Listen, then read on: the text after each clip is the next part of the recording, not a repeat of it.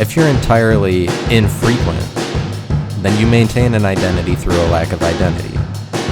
And you are, because you don't do anything frequently. That is how other people define you and say that you have these characteristics, like you're clumsy, or intelligent, or ugly, or adaptable, or whatever.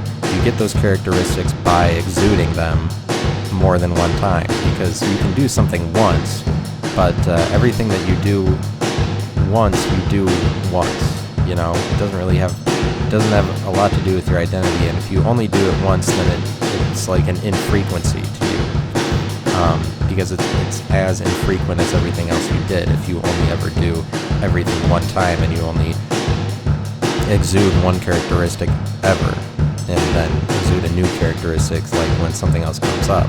Like somebody who maintains an identity through a lack of identity is going to be offended if you define anything about them.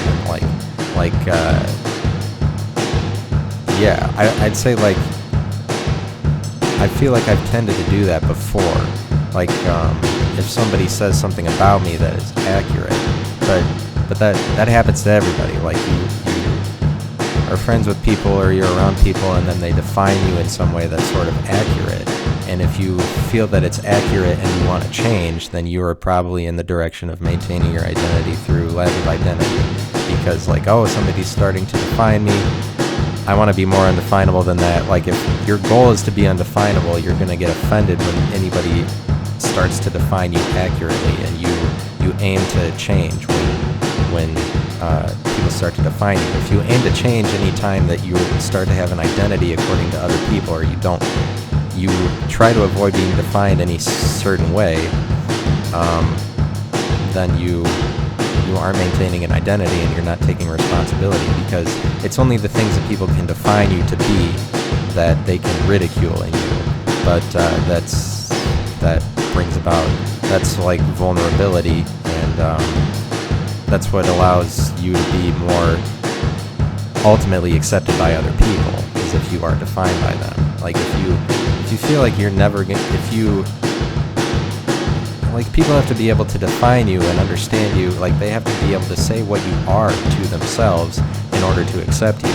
Because if you are always undefinable in front of other people, they will not know how to accept you. They don't even have words to describe you so as to accept you, because you can't accept what you don't understand.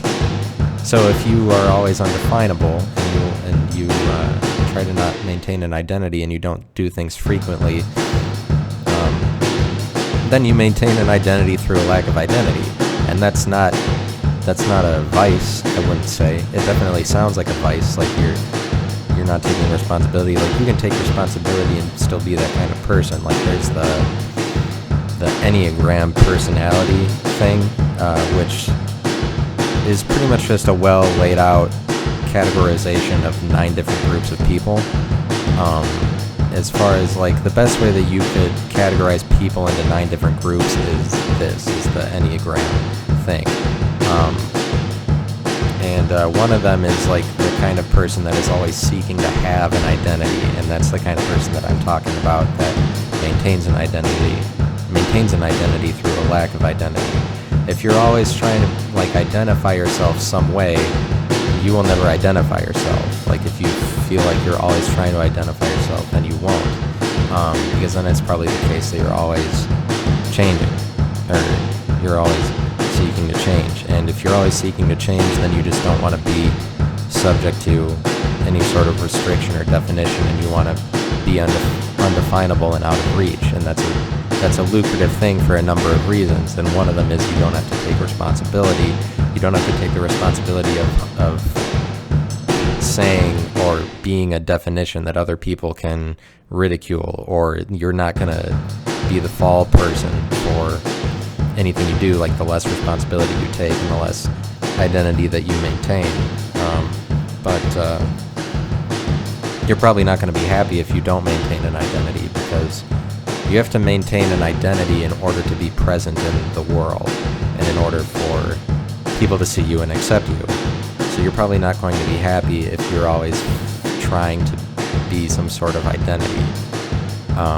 And like I said at the beginning, it is kind of more juvenile if you don't have an identity. Like you're waiting for something to happen, and you're not ever saying that, like, life has happened to you. If you aren't maintaining an identity, then you're more prone to say, like, life isn't really happening to you, and you're more prone to just exist in your imagination.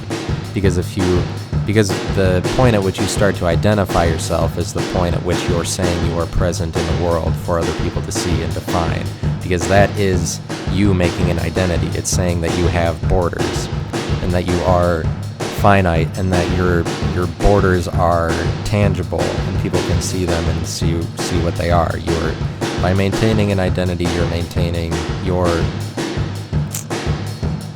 showing to people that you have one. Whatever.